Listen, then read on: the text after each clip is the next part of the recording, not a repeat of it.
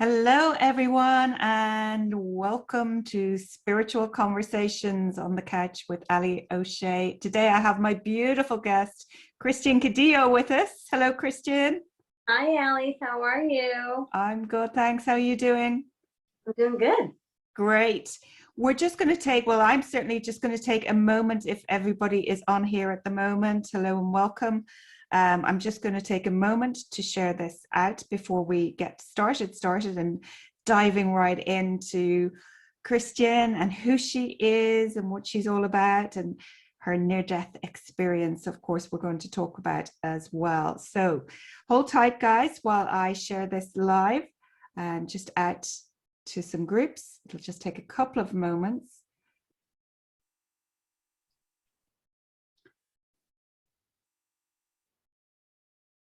Allie, I'm missing your music in the background there. Oh, my famous music. I love it. Do you? Yeah. Really? Sometimes you can hear it and sometimes you can't. It depends on the microphone sometimes as well. I find it very weird doing my lives without the music, to be honest with you. It's kind of eerie for me. So hello and welcome to anyone who has just joined us. I'm here with the beautiful Christian Cadillo, and we're going to get started shortly, delving right in. Hello and welcome. Happy Saturday, everybody. So I'll just turn that volume down. Jennifer Estes is here. Hi, Jennifer. Shirley's here. Tammy, Patrine. Hello, everybody. Welcome. Thank you so much for joining us today. Like I said, I'm joined today by the beautiful Christian Cadillo. Welcome, welcome, welcome, Christian. Hi, Allie. So you're living in Los Angeles, isn't that right? I live in Southern California. I live in Carlsbad, yes. So I always get it wrong, don't I? I mean, close enough. It really is. I mean, I really should learn it off by heart because I'm going to visit you someday soon. As the world, it's close enough. Yeah. Hi, Sherry. Welcome to you. So do you want to tell us a little bit about your own personal spiritual journey before we delve into what we're here to talk about today, really, which is your near-death experience? But we'd like the listeners to get to know you a little bit and about how you've come to be on your spiritual path, because you're quite spiritual, aren't you? Thank you for that. I think I'm spiritual. I definitely I'm a person of faith. I have been for my entire life, but I've been taught faith, so that's what I call the entity as God. That's what I call things as God or the universe now. But my spiritual journey actually began with all of this. After having found out about a brain tumor, then I went ahead and I went into a self self-help type of conference, a growth conference with a friend, and that's where I learned about manifestation, and that's where I learned about law of attraction, and that's where I learned about affirmations, and so that really opened my world, and that was about 20 something years ago. I don't think any coincidental. So yeah. What do I study? I do study Abraham Hicks. I think that's fascinating. And so yeah, and other authors have said, but yeah, that's my journey. Wonderful.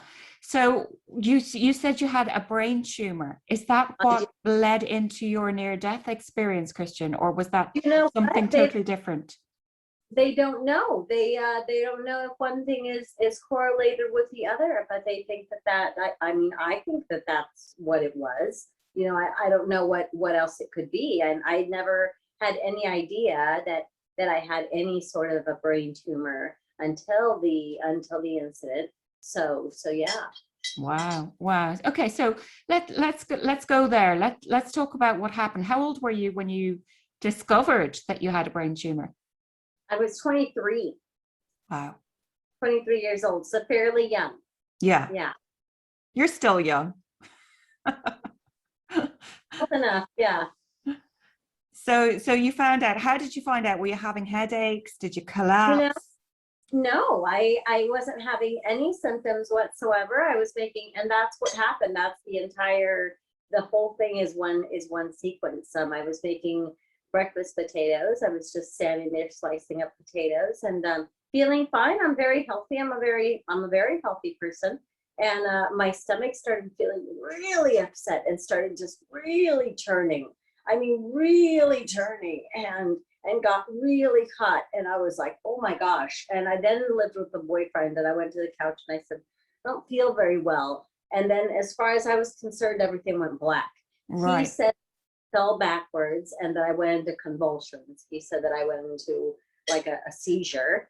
Wow. And yeah, and that's when it happened. So yeah. So Had you for ever me, had any epileptic fits or anything like that before? none whatsoever. And do you suffer from them now? No, Thank God. Okay. no, yeah. So what happened then? Well,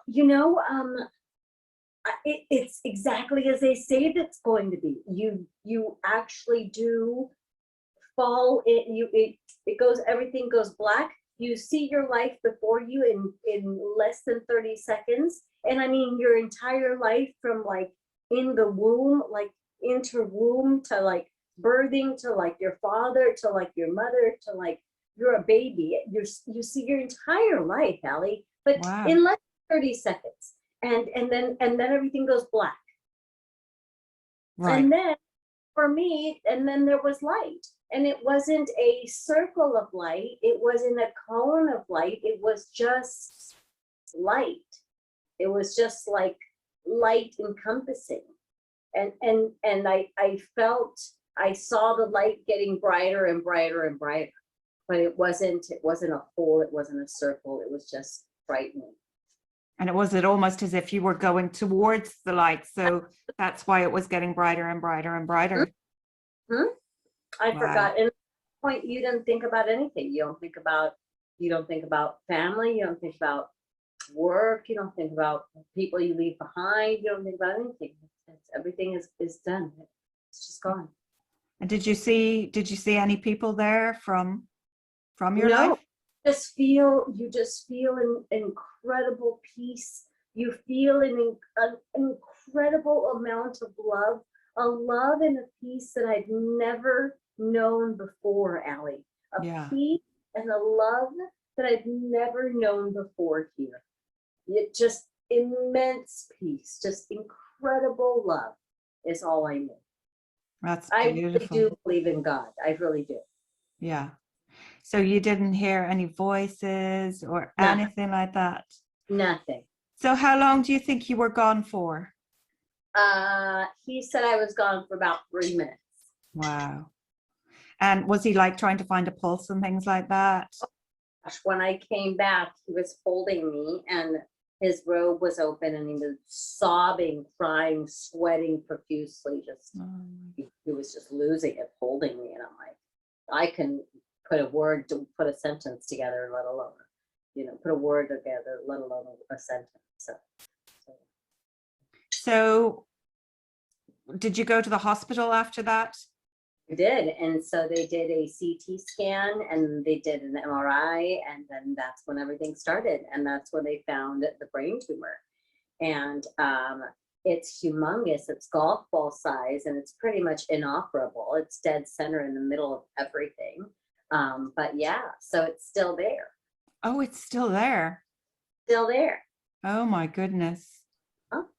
Wow. And so what was the prognosis they gave you? Obviously they said, oh, you've got a brain tumor, and that it's inoperable. So you have to live with this. Do they expect you to have these near-death experiences again? Or maybe not near-death experiences, they probably wouldn't put it to you like that, but maybe, did they say that you might continue to have blackouts and things like that?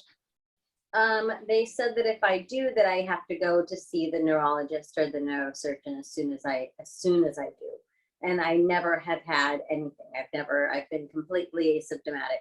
They say that I'm on 1.5 year intervals of checking just how everything is. They just do MRIs and one with and without contrast. And I talked to my neurosurgeon And yeah, they wanted to ask me if there's any sensory motor function loss or, verbal, speech loss or vision loss, hearing loss, and nothing.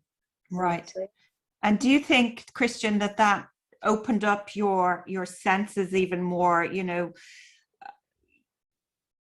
for maybe being clairaudient, clairsentient, any of those clairs, or just more, I suppose, gave you more compassion and things like that moving forward in your life?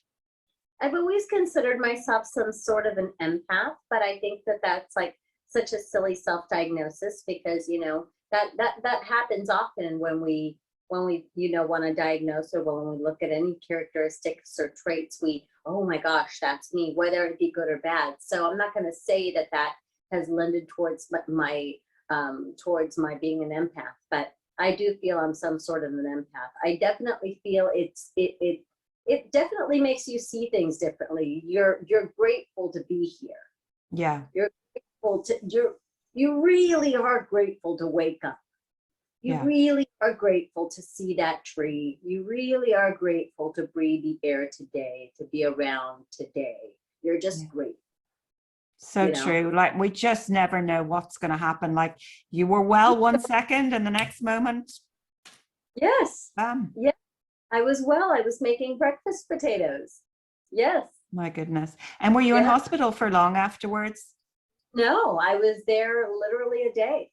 Wow. Because it was too large. They weren't gonna operate in the emergency room, and they sent me immediately to a neurosurgeon. It was like doctor after doctor after doctor after doctor. It was so large that nobody wanted to touch me.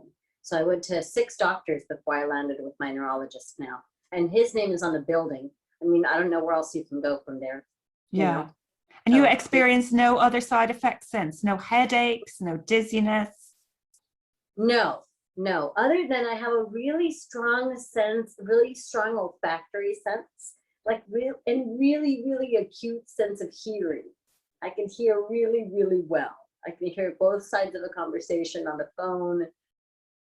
I don't know if that's got anything to do with anything, but it certainly is where where those hemispheres are. So I don't know. Yeah. Wow.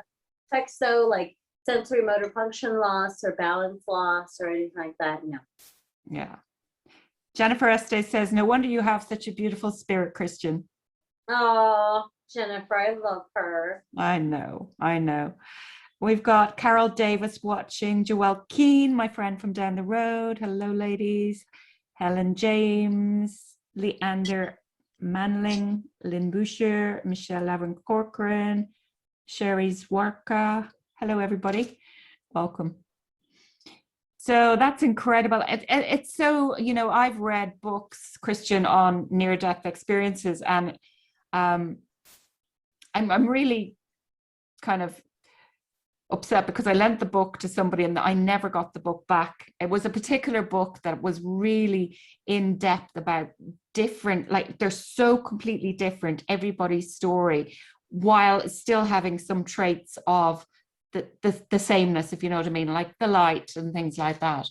But then they went into other things where other people experienced other things. But it's incredible that so many people have, and I think that we manifest our own sort of view of what we think heaven is like once we kind of get there, possibly. I'm not 100% sure, but I could be wrong, but I think because everybody's experience is different, but yet have threads of the sameness, that tell you what, Allie, I love life. I love my life. I'm not looking forward to dying, but I'm not afraid of death.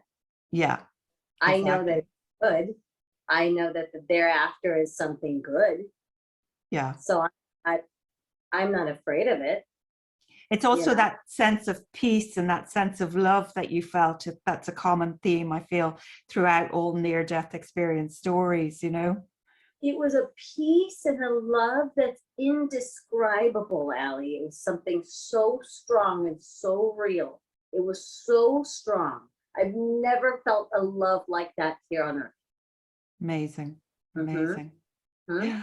And did you tell people about your experience? I don't tell a lot of people about my experience. No, because I was really surprised when you said to me on the thread that I put up that you had, hello, Paul, because you and I have been friends and we've been having Zoom calls and it never came up. So when you Yeah. when you I don't, messaged me about it, I was like, oh, I didn't know that. yeah, I don't tell a lot of people. I don't tell everybody because, and then all of a sudden the whole brain tumor conversation goes there as well, and people are uncomfortable with that. People don't know how to handle that. I don't tell a lot of It's people. funny how people can't handle it. It's one of the most interesting things, I think, The what? having that conversation about somebody having a near-death experience. I'm just fascinated by it. Yeah. People are not comfortable with it, so I just don't talk about it. Yeah, yeah. You know, so for Have those of anything? you just joining us, there is a difference, and I will be speaking to another lady later on the show about out-of-body experiences. They are different to near-death experiences. Out-of-body experiences when we leave our physical body, but we're probably asleep or in a heavy meditation and go and travel the astral realms, but we come back into our body again. Now, with the near-death experience, as you've heard from Christian, it's a completely different scenario where we can feel that peace and that love and knowing and understanding that there is eternalness after we leave this plane is very comforting to a lot of people, wouldn't you say, Christian? Absolutely. Yeah. Yeah. And there's definitely another plane. And once you leave, you don't care about this plane at all. It doesn't even, it's almost non-existent. It's like, oh, that was that. Yeah. Incredible. And have you told your mother about your experience? Oh yeah. Yeah. And does she believe you? Oh, absolutely. Yeah. That's the one thing I suppose that stops a lot of people from telling their story, is the fact that certain people don't believe or whatever. But you know, it's our path, isn't it? It's our experience, and nobody can take that away from us, no matter what we've experienced. I mean, expectations and judgment can be difficult, especially from loved ones. But when something was so real to you, when an experience was so real, one thing is not telling strangers or friends or lightheartedly. I don't speak about it lightheartedly, but to my family, I absolutely would share that with them. And Yeah. whether they hear or not, that's on them. This happened to me. Yeah. Like, this is what happened, like there wasn't I was dreaming, or maybe it went, no, this is what happened. I'm telling you what happened. Yeah. Yeah. So yeah, she believed me, definitely. Great. Jennifer said it's good to cherish that experience and only share with selected people. Yeah. Well, obviously on this channel or my page, that they are people who will, understand and be accepting. Otherwise, we wouldn't be doing it. And I'd like to ask you, Christian, so on your spiritual journey, you mentioned a few teachers that you listen to there, like Abraham Hicks. Who's your favorite spiritual teacher that you like to listen to? I like Esther Hicks. I like listening to you. I really enjoy your meditations. Things of Abraham Hicks. I listened to Tony Robbins for a long time. I like him very much. But Excellent. And hi, Mary Branch. Mary Branch is another lady who's going to be coming on the show. I think you've met, actually. Oh, good. Yeah. What's your favorite sort of spiritual book that you've ever read? My book? Yeah. The Game of Life and How to Play It by Louise Hay. Oh, okay. Because Florence Scovel Shinn wrote a book like that as well. Florence Scovel Shinn, that's exactly who it was. And Florence Scovel Shinn also had the complete works of Florence Scovel Shinn. That's who it is. Okay. Excellent. The Game of Life and How to Play It. I've listened to that, actually. You can actually listen to the whole thing on YouTube for free. Yeah. And Louise Hay, You Can Heal Your Life by Louise Hay. Brilliant book. Now, I don't have it, but I know that, you know, a lot of people would reference the back of that book for emotions that correlate with physical manifestations in your body, you know, and it's a very great tool. Everything is emotion based. Everything is emotion based. I mean, down to bad breath, down to, I mean, everything, you know? So it's a really, really fascinating book. Yeah, both of those are great books. Fantastic. Fantastic. Helen James said, it's part of who you are. Thank you for sharing your experience with us. Oh, thank you, Helen. John O'Donnell has joined. I believe you're in Canada. Hi, John. And Holly Byrne, I think, is in Ireland. Hello, Holly. So thank you so much for sharing that story with us. It's kind of incredible. I love, as I said, hearing stories about near-death experiences and everything that comes with it. We've got some exciting news to share with everybody here today as well, don't we, Christian? Yes. So Christian is going to be setting up her own YouTube channel, which is very exciting. She's already got one subscriber, and I'm sure all of you guys will subscribe too. Christian is going to be doing readings of a spiritual collection of different spiritual books, such as the people we've mentioned. You know, you might even read You Can Heal Your Life by Louise Hay. Exactly. You know, so we would love for people to hop on board and subscribe to Christian's channel. Do you want to tell us a little bit more about it? That's pretty much it, Allie. I really, really enjoyed your reading of Abraham Hicks, and I've wanted to do readings for a long time. I was thinking of doing readings for kids during the pandemic, but then I thought, no, the last thing they want to do is be on more computer time. Let's leave those kids alone, you know? So I thought, no, let's not do that. But I've become inspired to do the readings of the spiritual books just because I enjoy them so much. And I think that, you know, I hope people would enjoy listening to them. So, absolutely. Absolutely. It'll be great for me. I probably won't be able to be on there live when you do it because of our 8-hour time difference, but I'll definitely be listening to the replays, you know, as I'm doing my makeup or washing up or whatever around the house. So I really look forward to that because I've got a lot of spiritual books and a lot of spiritual books that I really haven't been able to sit down and have the time to focus on and read. I've really gone more to listening. So for me, that'll be wonderful. And I'm really looking forward to you setting that up. Well, thank you. I'm excited to do it. Excellent. Yeah, the books on tape. I'm with you, Allie. I'm with you there as well. Yeah, it's just so much easier. I mean, I do love to hold a physical book in my hands. And when I have the concentration and the focus, but I haven't had that for quite a long time. I think for quite a while for me, it's because I needed glasses and I wasn't using the glasses I had, and then I needed new glasses. But I still haven't got back into that because there's so many other things I need to be doing. So for me, like I said, and I know it's the same for you, you love to be doing things and all the time. And so for me, I don't know about you, but like putting on my makeup. Just sitting here is difficult, you know that. Yeah, I know. Christian's normally making sandwiches or cleaning her apartment or doing something. Well, I won't keep you too much longer. Jennifer Estes says, yes, this is a safe place to share. Arlie Rose is with us. Hello. Shirley Sutton said, yes. I think that means for your YouTube channel. And Patrine says, I'm looking forward to your YouTube channel. And Helen James says, yay. Congratulations.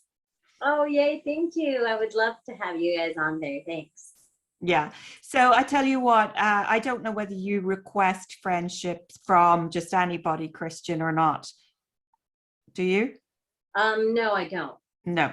So maybe when the time comes and you set up your YouTube channel, I can share it for you and everybody can jump on board and subscribe that way. That way, you know, you're not having just random friend requests and you don't know who they are. You know what I mean? Yeah. Thank you, Allie. Thank you. Yeah. Helen James says you can listen as you walk. I can indeed if my dogs would stop barking, Helen.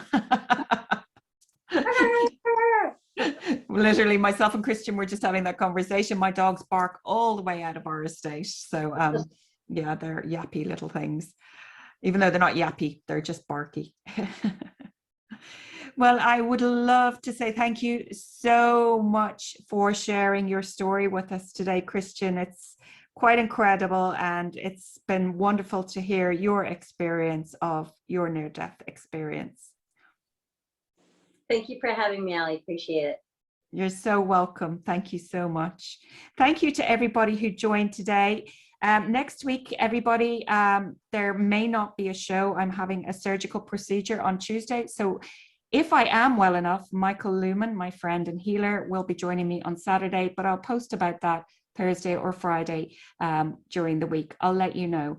Otherwise, there won't be a show, but there will be one the following week. Of course, I'll post about it. Once again, I'd like to say thank you so much to Christian Cadillo for sharing your story with us and for being here with us today. I really appreciate your time and for sharing.